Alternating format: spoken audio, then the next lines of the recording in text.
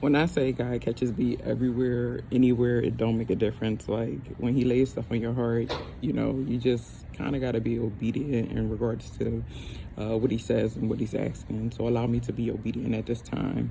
So the first thing that I will be sharing with you is 1 Samuel 15:22, and that scripture reads, "But Samuel replied, 'Does the Lord delight in burnt offerings and sacrifice as much as in obeying the Lord? To obey is better than sacrifice, and to heed is better than fats of rams.'" And as I said, no matter what God is telling you to do on this day or what is He's calling you into, you do have to sit back and think like, do it matter how people look at me? Do it matter how people take me? Um, do it matter what people feel about me and sharing or whatever it is that God is calling you to do? And one thing that I would say is definitely not, like, it don't matter, because at the end of the day, are you obeying people or are you obeying God? Which one is going to be? You know what I mean? Because we can't continue on to be lukewarm, especially being lukewarm Christians. We can't. If God's saying or He's putting something on your heart, on your mind, then you have to be obedient in regards to what God is saying, because you never know in the midst of what He's sharing, what He's doing, who you'll impact in the midst of it. Another scripture I wanted to share is Luke 15:4, which reads, "Suppose one of you has 100 sheep and loses one of them. Doesn't he leave the 99 in the open country and go after the lost sheep until he finds it?" I want to say, for those who definitely hear my voice, it's time to go back for that one. Now granted, that one could be out there doing all types of stuff, you know what I mean, but God will lead you to the people that you are supposed to touch in this time, because it's time that we get back right in following Him. It's time that we get back into discipleship. It's time that we get back into being obedient to what He created us for. So yeah, it's definitely time to go back and get that one. That one could be out there. They could be cursing. They could be in the midst of the street. They could be doing all types of things. They could be on drugs. They could be in the midst of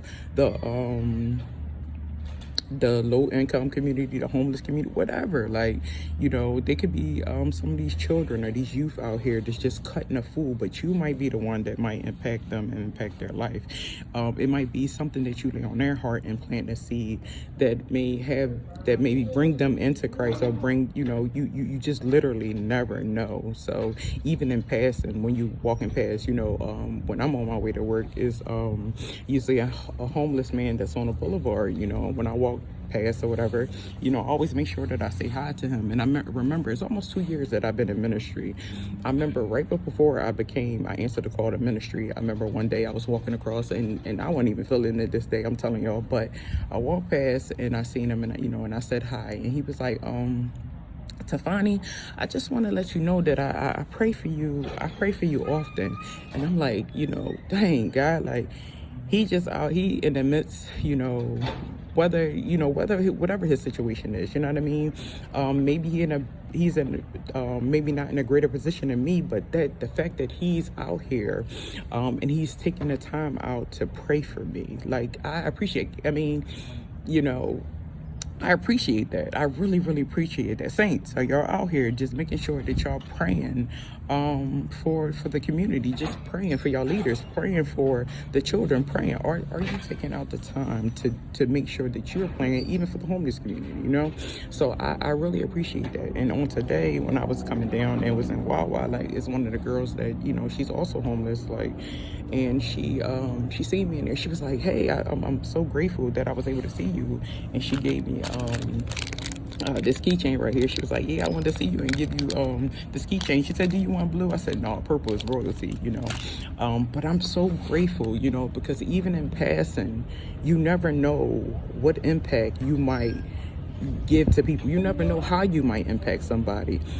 So in me, and then I just want to say, go back and get that one. Go back and get that one, and obedience is better than sacrifice.